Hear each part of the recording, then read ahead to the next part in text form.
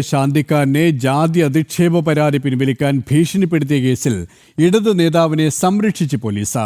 സംഭവത്തിൽ Paravur group assistant commissioner സുജാതയെ north Paravur police arrest ചെയ്തെങ്കിലും രണ്ടാം പ്രതിയായ CITU നേതാവ് കൃഷ്ണൻ എമ്പ്രാന്തിരിക്കെതിരെ നടപടിയെടുത്തിട്ടില്ല. ജനം TV വാർത്തയെ തുടർന്ന് ദേശീയ പട്ടികജാതി കമ്മീഷൻ കേസിൽ ഇടപെട്ടിരുന്നു.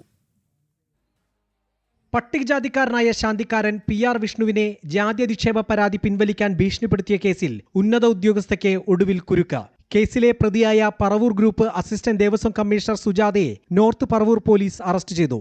സ്റ്റേഷനിൽ വിളിച്ചുവരുത്തി അറസ്റ്റ് രേഖപ്പെടുത്തിയ ശേഷം ഇവരെ പിന്നീട് ജാമ്യത്തിൽ വിട്ടയച്ചു. 2024 തത്തപ്പള്ളി ഭഗവതി ക്ഷേത്രത്തിൽ ജോലി ചെയ്യവെയാണ് വിഷ്ണുവിനെതിരെ ജാതി അധിക്ഷേപമുണ്ടായത്. ഇതിനെതിരെ വിഷ്ണു നൽകിയ പരാതി പിൻവലിക്കാൻ സുജാതയും CITU നേതാവായ കൃഷ്ണൻ എമ്പ്രാന്തിരിയും ചേർന്ന് ഭീഷണിപ്പെടുത്തിയെന്നാണ് കേസ്. എന്നാൽ കൃഷ്ണൻ എമ്പ്രാന്തിരിക്കെതിരെ പോലീസ് നടപടിയെടുത്തിട്ടില്ല.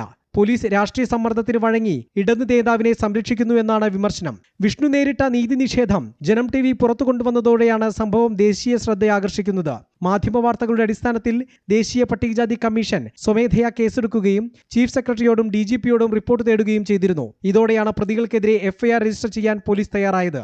ഭീഷണിപ്പെടുത്തൽ, പട്ടികജാതി പട്ടികവർഗ പീഡന നിരോധന നിയമത്തിലെ വിവിധ വകുപ്പുകൾ എന്നിവയാണ് പ്രതികൾക്കെതിരെ ചുമത്തിയിട്ടുള്ളത്.